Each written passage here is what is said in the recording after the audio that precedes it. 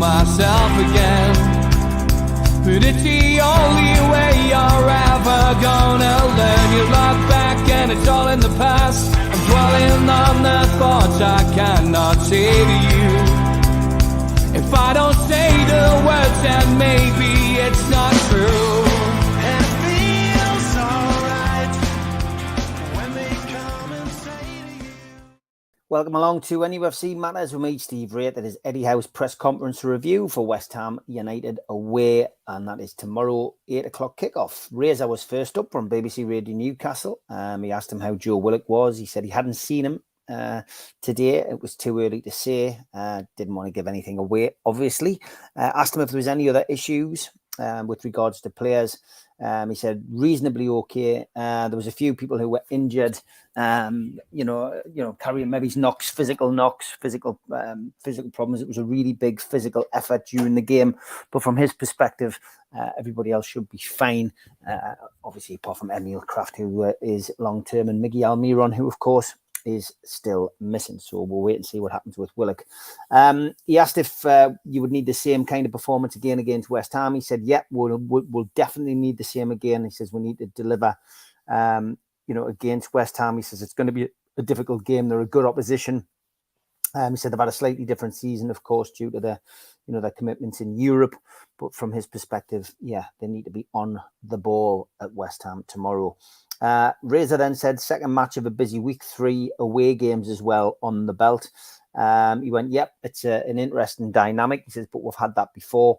He says, obviously, we love playing at home. We love the atmosphere. We've had good results at home. He says, but we've also had good performances and good results on the road. He says, but we're very aware that we need to take the points tomorrow night. He asked if he was staying in London with a team, and he said, yeah, it's important that they stay in London. Of course, we're away to Brentford at the weekend, so they don't want to be dragging the players backwards and forwards to Newcastle. So, yeah, staying in London and preparing for Brentford after the West Ham game. He then mentioned that after the Man United game, he praised ASM, and he also referenced the hamstring injury that he'd had when he had to come off against Nottingham Forest. He said, how good a performance was that in your mind for ASM? He said he thought that ASM gave a really good all-round performance. He said he's a natural dribbler. And we had some end product as well, because obviously the assist for Willock's goal with that header that he put across the box. He said, all in all, his performance delighted him. He then, Razor finished off with the fact that, time wasting's been levelled at Newcastle United. He said, are those kind of comments unfair on you and the players? And he said, look, he says, it's our first intention to play the game. He says, I encourage players to get the ball back in play. He says, and really, it goes against the comments that people are levelling at us. He says, it's certainly not our first intention. He says, our first intention is to keep the ball in play and play positively. So, yeah, he just shut those comments down again.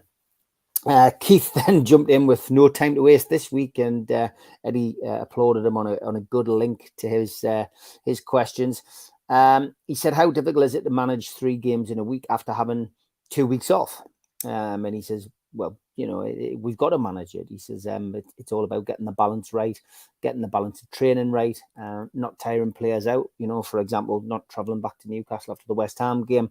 He says, and it's all in, it's all in the arrangements and organisation. So from his perspective, it never stops. The organisation for Eddie Howe never stops. He also said, do you rest players, say the players who played the 90 minutes at the weekend, would you rest them for part of your training sessions? And he went, no. He says everybody trains. We do different levels of training with different people, but everybody's on the grass and training. Keith asked him how important it was for Callum Wilson to score. Repeated really what he'd said a couple of weeks ago. He said, look, it's important for him. Of course, he put in a really good shift, but it was a typical Callum Wilson goal, and I'll always back him to score. So very complimentary again of Wilson, but pretty much the same answer as he'd given on previous occasion. Keith finished off and just said, it feels like this is the first time that you've had both, your strikers fully fit and, able to play. And he said, yeah, he says it does feel like that. It is probably, it happened at the right time as well. It's given us strength and depth. So, Eddie Howe clearly delighted with that as well. Andy Sixsmith was next. Often wants to know what his kids made of the performance at the weekend and what kind of reaction they gave. I wasn't sitting too far away from his kids actually this weekend, which was good. They were excited throughout the game. But he basically just said that, he says he got in quite late, but he did see them. They were still up to give him a hug, but they didn't give him too many positives, which Andy laughed at. And, he said they clearly keep his feet on the ground. We saw more footage, of course, of the dressing room after the match and Eddie Howe giving a talk. Andy Sixsmith was keen to know whether Eddie plans these talks before he goes on camera. And he said, no. He says, I've got no idea what I said. He says, it was a blur. He says, I was aware that there was a camera there. And he says, I'm if anything, I'm just trying to be natural. He says, I don't want to be putting on any, false persona. He says, so that's all I'm concentrating on, being natural and just talking, and I try to block out the fact that there's a camera in there. Andy then mentioned that Chris Waddle had said that Newcastle United are on a mission for the top 4. He said, do you see that? He said, I sense that from the players. He says, we just want to win every game. So, again, no commitment from him as to saying he wants to finish in the top 4. He was asked if he was watching the Spurs game last night by Andy. He said, with commentary, because obviously in the past he said that he tends to watch it with the commentary switched off. He said, I was watching it with commentary. He says, but I was also watching West Ham at the same time. So he was watching both games. I would imagine he had Spurs on in the background as he was watching West Ham and trying to find the weaknesses in their team. Andy then said, does this set of fixtures, give you an insight into what it could be like if you're in Europe next season? And he said, yeah. He says, very clever way of trying to get that kind of answer out of him about qualifying for Europe. But he said, look, having a lot of fixtures is what we want, and I dare say that it does give you a feel of what it can be like if you do go into Europe. Andy then said, would there be more team bonding with the players not coming back to Newcastle after the West Ham game? And he went, no. He says, this is time for work. He says, there's nothing planned on the team bonding front. This is time to focus and it's time to work. And he said, would he be ringing Gareth? Well, would he be pushing Gareth Southgate, I think, or nudging him about Longstaff and Willock potentially getting international call-ups? And then he said, look, I wouldn't push Gareth in that way. He says both players have been very consistent, tactily very good, technically very good. He says, and Joe's scoring now, which is even better. He said, but I certainly wouldn't be pushing Gareth to do anything, and leave that to him. He's a good manager and he'll make the right decisions, I'm sure. Alistair was next. He says momentum. You keep mentioning it. It's clearly important. It could have slipped after the Wembley defeat. You could have gone on a succession of runs the other way, but you haven't. How have you achieved that? And he just said, by regrouping and refocusing. He said, it felt like a long build-up towards the cup final. He says, I think we slightly lost focus and the players lost focus, and that can happen. He says, so we've just regrouped and refocused, and no big secret how we've managed to get back. He also asked if he'd been speaking to Willock in particular about shooting. He said, in the last 3 games, he's had 11 shots. The 3 prior to that, he didn't have 1 shot. Have you spoken more about him having shots as a midfielder? And he said, it's more about his positioning. He says, we've worked as a team to get them into those areas. He says, and that's what needs to happen. He says, players need to be aligned to function well as a unit. And we've done that in the last 3 games. And that's probably, how we're in this position. Damien was next. He said, is your team being given the respect it deserves? He swerved it very cleverly and said, we've got the respect from our supporters, which is the main thing. I'm not interested in, anybody outside of that arena. So good way of avoiding it. He then pushed and said that Luke Shaw and Ten Hag had both said that Newcastle won the game because of hard work rather than quality. So Eddie then said, well, however we win, I don't care. As long as we win. He says, I thought we won with a good performance at the weekend. And again, what people say, outside of the club and away from our supporters, it doesn't have an impact on me whatsoever.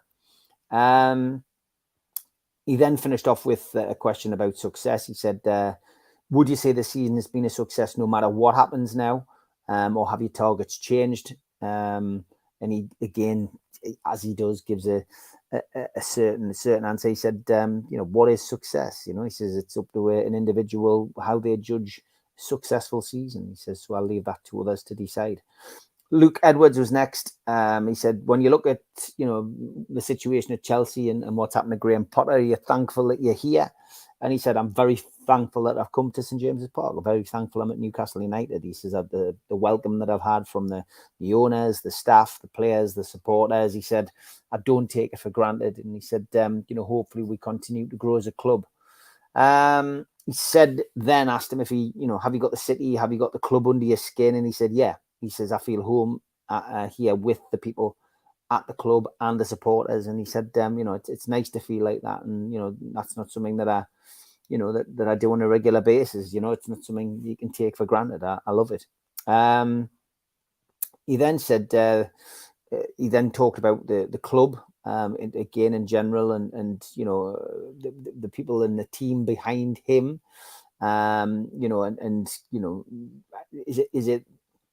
is it because, he's got the support of the owners and the support of his staff, etc., that things are going well? And he said, look, everyone's got an opinion. Everyone's opinion's important behind the scenes.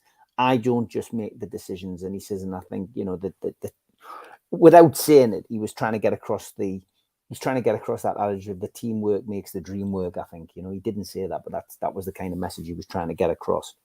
He then finished off, Luke, by saying, whatever happens this season, you've got a big summer ahead. And he went, yeah, huge amount of work ahead at every level. We need to be smart, and the journey we're on is accelerating. So yeah, very positive. Craig Hope next said, when you were in Dubai, you said you were looking at targets for the summer. He says, you must have a budget A and a budget B. Is that what you're considering? And he said, yeah. He says that would be the outcome of what we do, where we finish, and of course we're working towards that. So what do you think about people saying that the top four is coming too soon for a club like this? He felt it was nonsense.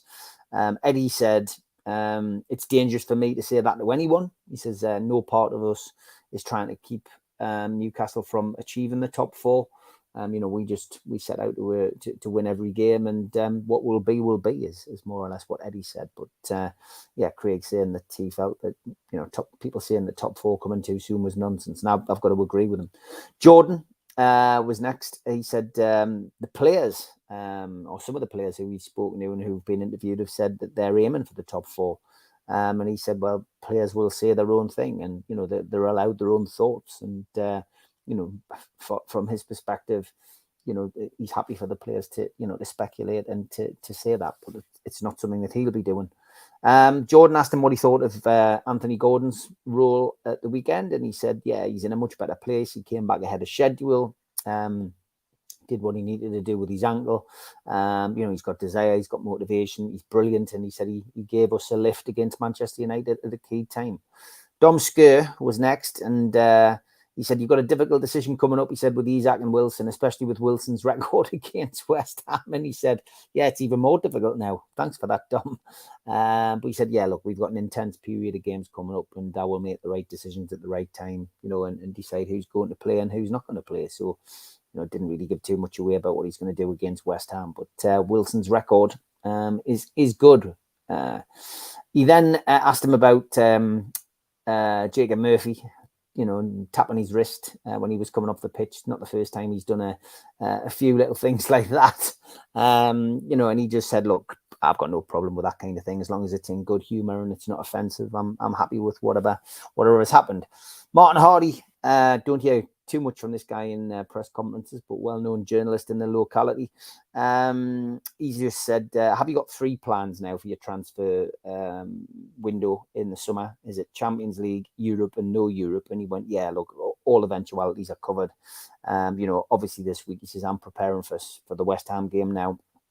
He says, so I haven't been as hands-on with it, but work is being done behind the scenes. He then asked him if every ambition that you have has been matched by those above you. Very simple answer, yes.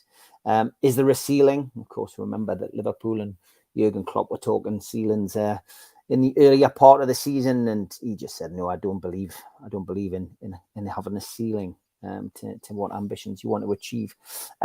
The other Dom in the press conference was next. He said, ASM, your thoughts on his performances and how he's changed. And he went, look, he says, I think we've set up a structure, we've set up our own training, and his behavior has been very, very good. So we're very happy with it. He's a unique player. It's finding a balance between what you're trying to achieve and what he's trying to achieve. And, you know, you don't want to take away what makes them special, he says. So, you know, it's a hard process of working with them to find the best of them, but also to try and get your ideas across. So, yeah. He then mentioned that there's always transfer speculation about ASM, and he went, is he a big part of your future? And he went, he's a big part for now, and he's a big part for the future, and the rest is up to him. He's got to perform week in, week out. I respect him as a player. I respect him as a person. I love him as a person. And, you know, yeah, so far so good. So talk of ASM moving is very premature by the looks of it. Kieran was next. He said, do you think you're getting under the skin of your rivals? And he went, ask them. All we're doing is playing hard and competing hard to win games. He then mentioned that he's the 8th longest serving manager in the league at the moment. And he, you know, of course, pointing to the fact we've lost another couple of managers this week at other clubs. And he just said, look, it's the fear and reality of the profession. It's so volatile. It's ever changing. And at any minute, you know, you could lose your job. You just got to keep the momentum going. And I want to stay here as long as I possibly can, which is great. Oscar was next. He said, what's it like in the dressing room? Do players talk of the Champions League in the dressing room? He went, you can't control conversations in the dressing room. We just allow that to happen naturally. And maybe they do, maybe they don't.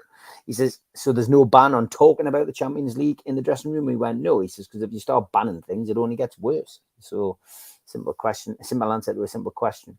Lee Ryder pointed out that West Ham were on 56 points last season, and he says, we're 6 points off that this season. Does that give you a feeling of positivity? And he went, yeah. He says, and we've got a feeling of positivity around the club because we've just had 3 wins in a row. And he says, but I don't like to look too far ahead. I'm simply looking at West Ham. Lee then asked him if we're safe for relegation. He went, I think so. And he went, is Isak a future number 9? He said, I think he could be, but he's got a lot to prove and time will be the dictator. He was unlucky not to score at the weekend. His all-round game was good though, but yeah, potentially could be another number 9. After the game, Isak said he would sacrifice not scoring as long as the team won. Eddie Howe just said that's the kind of attitude that you want running through the team. And he says, because the team is the most important thing. And finally, Lee Ryder asked if, you know, Willock and Longstaff, you know, should really improve their goal scoring ratio. That, you know, the all-round game's good, but then maybe they need to score more goals. Is that fair? And he went, look, we need more goals from all positions. He says, but yeah, he says the midfield in particular find themselves in a box a lot. Getting goals is a massive part of being a midfielder. But Joe scoring at the weekend is a good sign from his perspective, and you know, good sign for the team. So all in all, another positive press conference from Eddie, and very little given away, but happy days. Looking forward to the game on Wednesday night. And yeah, Toon fan, you're right. It's great to see the togetherness in the team. We care a few years ahead of time. Yeah, Metro banned for 7 games is an announcement there. 8 games in total, 1 already served. Interesting stuff. Okay, I'm going to play Paul's video, Scunny Mag. If you're going to West Ham tomorrow, here's where you need to be. I will be back tomorrow, 6 till 7, with Geordie's here. Geordie's there. Take care. Hi there folks, Paul here with your away day guide to West Ham. Everything you need from pubs to parking for those visiting the London Stadium. I will see you in the top corner in about 5 seconds with the good stuff.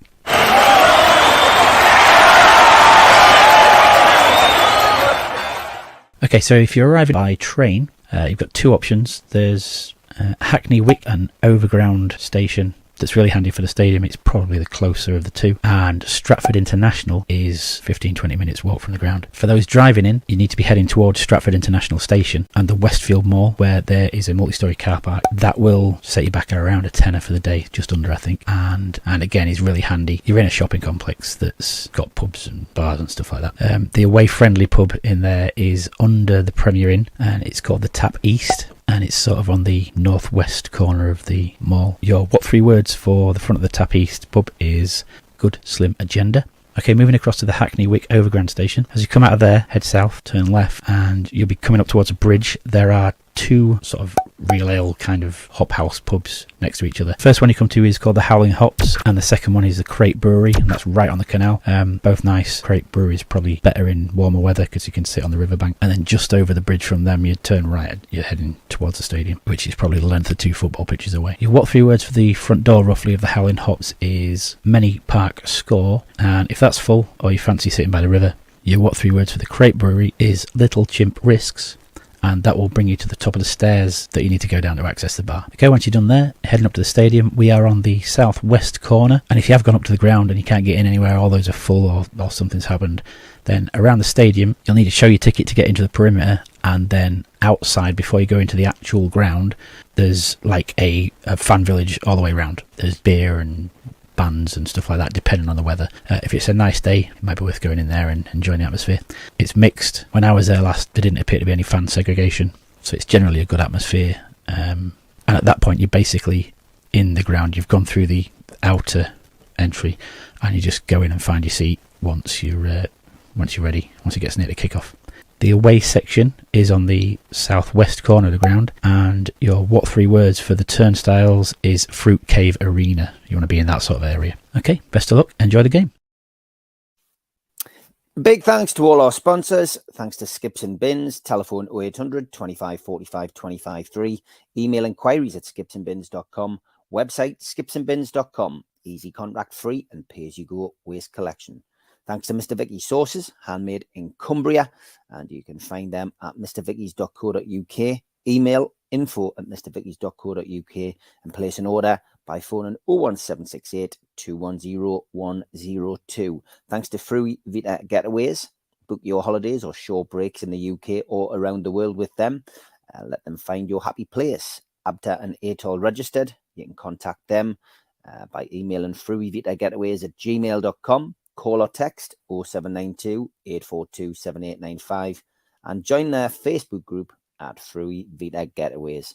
Thanks to Media Arts for all the technical help and videos that they do. And thanks to qtechshop.co.uk, the makers of pool tables and snooker tables in Wallsend, Newcastle. If you want to join the channel, click join, and you can see the various rates that you can pay to help support us. If you want to join by subscribing, hit the subscribe button. That is free. Hit the thumb up under the video to help the algorithm, and click share to other social media platforms. If you do subscribe, we do give you a free car sticker. Just email John at nufcmatters.com and he will post you one out. If you want to join the cult, which is a one-off payment of £25, where you get a scarf, a pen, a cup, and entry into the monthly draw, then go to nufcmatters.com and look for the cult membership, or put your phone over this smart code and it will take you straight there. We are available as well as a podcast on iTunes, Spotify, Podbean, and the rest. And we do support the food bank on this channel. So if you want to make a virtual donation from anywhere in the world, go to nufcfansfoodbank.co.uk and put your money into the match day bucket. We've got some events coming up. First off in April, April the 3rd, 4th, 5th, 6th and 11th, Peter Beardsley Soccer School is back for ages 6 to 16 years. Go to peterbeardsley.soccerschool.com for more information. An evening with John Anderson at the Time House Surf Cafe, Tuesday the 18th of April. Book your tickets direct from the venue. An evening with Frank Clark and John Gibson 2 nights later, Thursday the 20th of April at the Irish Centre. Tickets from nufcmatters.com. An evening with Nobby Solano at Laurel's in Whitley Bay is May the 11th. So contact the venue direct if you want to go to that event. And we've got our NUFC Matters end of season party, which is the 27th of May at 7 o'clock. Tickets are a tenner from nufcmatters.com. An evening with Rob Lee at Louis Liquor Store, 1st of June, and tickets direct from the venue. And an evening with Rob Lee, Lee Clark and John Beresford, Friday the 2nd of June at the Grand Hotel Gosforth, which is in aid of the Healing Tour charity. And you can get your tickets direct from them at the healingtour.org.uk website. Just click events. A little bit later in the year, an evening with Gavin Peacock, July the 10th. Tickets from nufcmatters.com for that one. And if you like your boxing, a night of champions featuring Frank Bruno, Ricky Hatton, Nigel Benn and Joe Calzaghe. Tickets for that one from goldstarpromotions.com.